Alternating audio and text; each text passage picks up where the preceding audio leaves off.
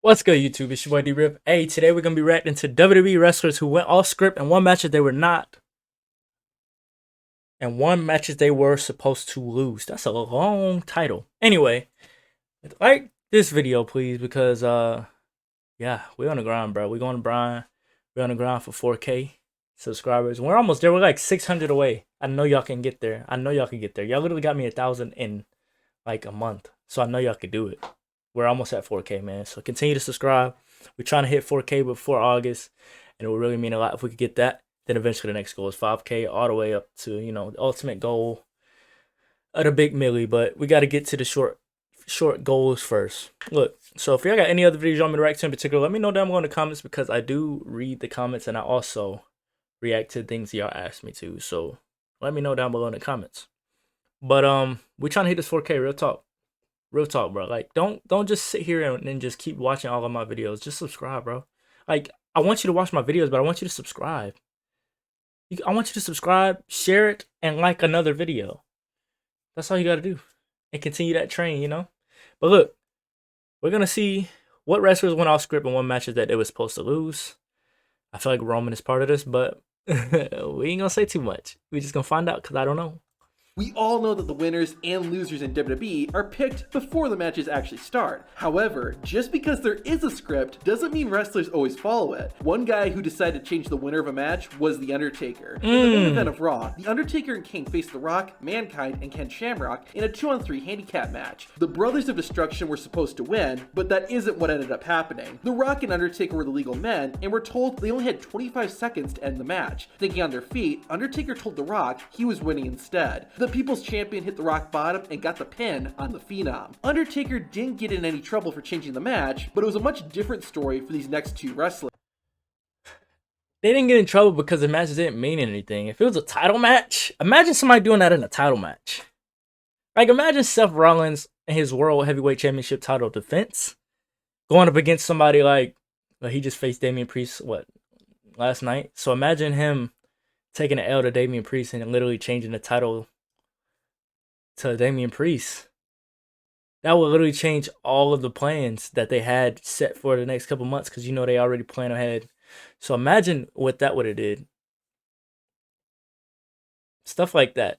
That's why they didn't care about that. That was like a 2-on-2 or a 3-on-3? What was it? Was that a 2-on-2 or 3-on-3? Men, and we're told we're supposed to win, but that is Ken Shamrock and Undertaker. In the main event of Raw, The Undertaker and Kane faced The Rock, Mankind, and Ken Shamrock in a 2-on-3 handicap match. 2-on-3 handicap match. And who's winning? Yeah, that match don't matter. That's not even a real match. So, I mean, it's a 2-on-3. That match don't matter. The People's Champion hit the rock bottom and got the pin on the Phenom. Undertaker, especially if this is the main event and you're about to go off the air, you gotta have a quick ending. So that's probably why they went with that. I mean, you can't be mad at that. You can't be mad. Like, you just be like, okay, well, I see y'all changed the ending. It's not like it really matters. It's not like we actually had a story for this anyway. It's a 2-on-3 handicap match. It's not a tag team, universal tag team undisputed championship. I said it wrong. I'm sorry. But like, it's not like it's something like that, So it doesn't matter. Didn't get in any trouble for changing the match, but it was a much different story for these next two wrestlers. Was that Jericho? Usually, a wrestler will argue backstage. Was that Jericho versus Razor Ramon? That didn't even look right. They look like two different eras. Different story for these next two wrestlers. Usually, a wrestler will argue backstage because they don't want to lose a match, but not Scott Hall. While the bad guy was in WCW, he was put in a match against Chris Jericho. Oh, it's WCW, Jericho that's why. should win, but backstage management said no. Despite what they had been told, Scott Hall told Chris Jericho to come up with a finish for their match. Jericho what was that? And defeated Hall, even though he was supposed to lose. The up. reaction backstage was not good, but this was a big win for Chris Jericho and helped him become a major star in WWE. Oh, it's a title one. WWE. Ironically, 21 years later, Jericho would do the same thing. Sort of. In 2016, Y2J was facing Neville in a match on Raw. Chris Jericho was supposed to win by submission, but that didn't happen. At one point, Neville slid underneath his opponent, but accidentally injured his left foot. Ooh. It was clear right away that the high flyer was injured, so rather than continue to wrestle and possibly make the injury worse, Jericho tried to end the match with a quick roll-up. The referee knew this wasn't the planned ending and didn't count the pin, even though Neville's shoulders stayed on the mat. Chris Jericho then went completely off script and started shoving the referee. You could even hear Jericho breaking character to explain what happened. He's hurt! Uh-oh. Oh, no. The ref Ooh. Ooh. Jericho is the type of guy you gotta have on your team, bro. Like, you gotta have him, bro. AEW is lucky to have somebody like Chris Jericho, because Chris Jericho's probably gonna be in a Triple H position for AEW pretty soon. We already know. Yeah, he said he literally. I watched the podcast. He said he writes his own stuff and he writes it months ahead. Like, he plans his own things. He said they don't have writers. He writes his own stuff himself. His own feuds, all that kind of stuff. He said he does himself. So, like, I can definitely see Chris Jericho in a Triple H position for AEW in the next couple of years. I say within the next 5 years, he'll be doing the same thing Triple H is doing. I love Chris Jericho. Chris Jericho's top 10 wrestler to me. I don't know about you, but to me, he's top 10 all time, bro. Chris Jericho was good on the mic. He's good in the ring. I mean, it's not much you can hate about Chris Jericho, for real. But the fact that he took up for Neville in this, that's respect, bro. Then went completely off script and started shoving the referee. You could even hear Jericho breaking character to explain what happened. He's hurt! Uh-oh. Oh, no. The ref called for a disqualification, which ended the match and made Neville, and Neville still win. Fun Okay, fact, it works. Jericho and Neville ended up using the originally planned finish 5 months later when they fought in a rematch. Eddie Guerrero's first WWE match ended with him going to the hospital. In his in-ring debut, a sternum rub and he wasn't moving?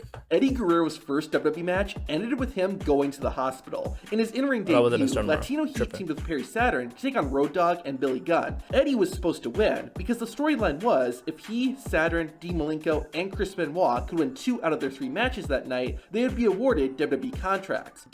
Hold on. Mick Foley looks stupid skinny. Hold on. 3 matches that night, they would be. I don't even look like Mick Foley.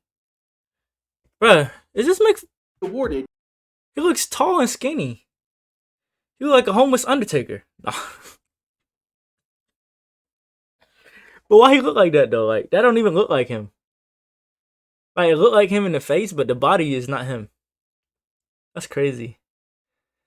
WWE contracts. Dean Malenko competed first and lost, meaning Eddie and Perry had to win their match to have a chance at earning contracts. Partway through the tag team contest, Guerrero hit Billy Gunn with a frog splash. However, Eddie landed incorrectly and dislocated his elbow. Oh, this one he hurt his elbow. Oh, no, I don't want to pause on that. So bad that Eddie couldn't get to his feet, so Road Dogg went off script and pinned Guerrero to end the match. I'm surprised his no elbow, one got in trouble for this. During a match on Raw in 2022, Randy Orton and Matt Riddle took on Angelo Dawkins and Montez Ford. The plan was for RK Bro to win, but of course, that didn't happen. One spot saw Ford hit the Apex Predator with a frog splash. Oh my gosh!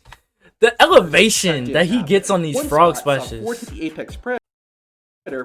Oh my gosh! With a frog splash from the top rope. However, Montez's knees landed on Orton's ribs and shoulder. Ford knew immediately that Randy was hurt and went for the cover. Randy's team was supposed to win, so he tried to cause a rope break. However, Angelo Dawkins pushed Orton's boot away in order to end the match. It was pretty gutsy of Dawkins to do this, since it may have seemed like he was going off script to get himself and Ford a win. However, it was the right thing to do, and both of the Street Profits didn't get in any trouble.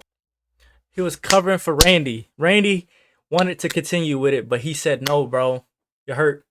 And if you're hurt, you're going to have to give up the title anyway. So you might as well just give it up actually losing versus just giving it up because you're injured. So it's kind of smart if you really think about it.